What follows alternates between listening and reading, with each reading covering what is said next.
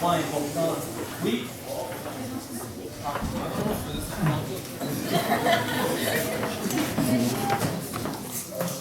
Excusez-moi, je veux d'abord me dire, est-ce qu'il y a ici des gens qui sont des milliardaires ou des millionnaires qui ont mis de l'argent dans les paradis fiscaux? Oui,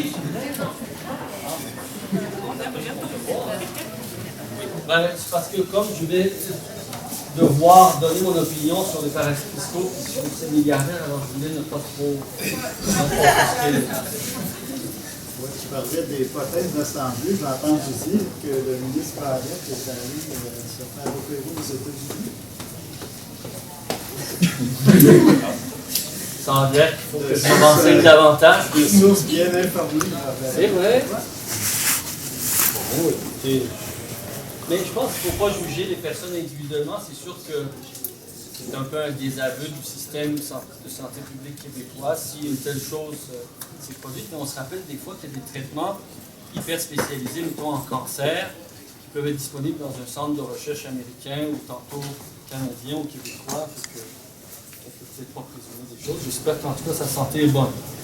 Ça semble classique. Parce qu'on ne lui veut pas de mal, on veut juste qu'il change d'optique. Est-ce que c'est bon? Bonjour, oui, je suis Simon Petunet, donc je suis votre association étudiante. Caroline Lieben trop bas. Moi, je vais juste vous mettre au fait, en fond. Demain aussi, à l'Agora, on a organisé un autre événement qui est pour le Movember, pour ramasser des fonds pour le cancer. Il va y avoir des parties ici. On va faire un petit concours très périlleux et vous pourriez finir député. Devoir venir ici répondre à toutes sortes de questions, disons parfois difficiles. On m'a invité à Trois-Rivières, à l'université, puis ici, pour parler éducation, le rôle central de l'éducation et notre vision au Québec solidaire de l'éducation, qui est un sujet très pertinent dans le contexte actuel d'austérité, puisque un des domaines qui subit des coupes les plus désastreuses, les plus importantes en matière de coupes budgétaires, de compression budgétaire, c'est le domaine de l'éducation. C'est le cas aussi, il y a une série de transformations dans le secteur de la santé, il y a une série de coupures budgétaires qui affectent fortement les régions, notamment les outils de développement qui étaient à la disposition des milieux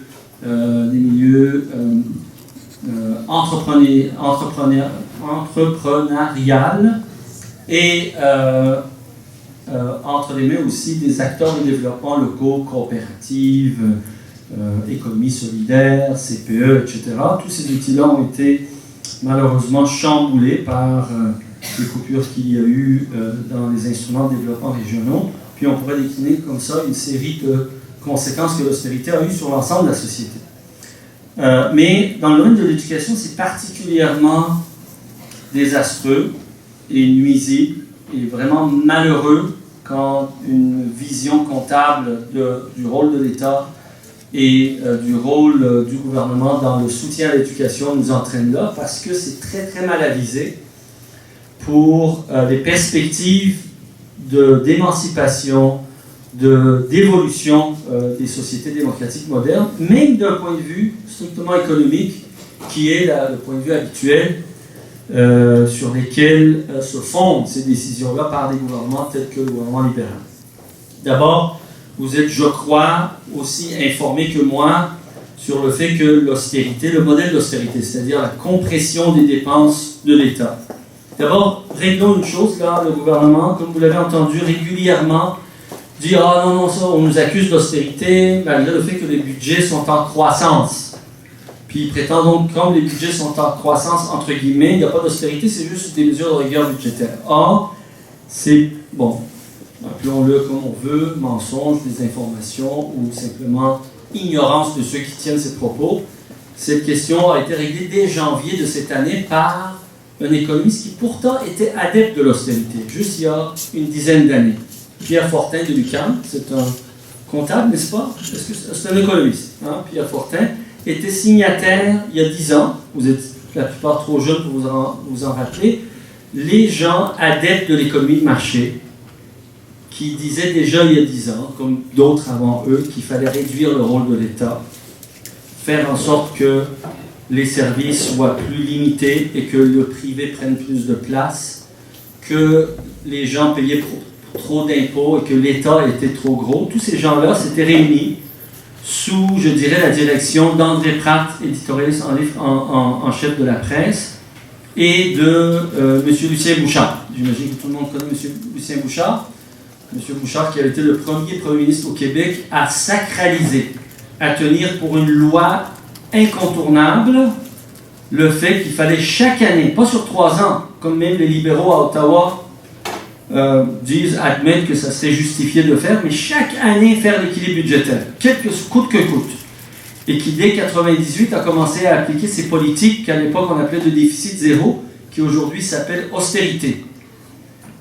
Décision lourde de conséquences pour le Québec, parce qu'après tout, si aujourd'hui les libéraux vont aussi loin dans le saccage des services publics, dans la déconstruction de l'État québécois, sous prétexte de rigueur, d'équilibre budgétaire que nous on appelle austérité, c'est en fait parce que l'opposition à ces politiques était supposée être l'opposition progressiste, le PQ, qui devait donc défendre les plus grands nombres, défendre les services publics, défendre l'idée d'un État qui intervient dans l'économie, qui assure des bons équilibres sociaux avec des services publics. Ben, ce parti-là, qui était le Parti québécois malheureusement, en 1998, a été le premier instrument des premières politiques cohérentes, massives, généralisée d'austérité. Mais on ne l'appelait pas comme ça, on l'appelait, si vous vous rappelez, les compressions budgétaires et la politique du déficit zéro.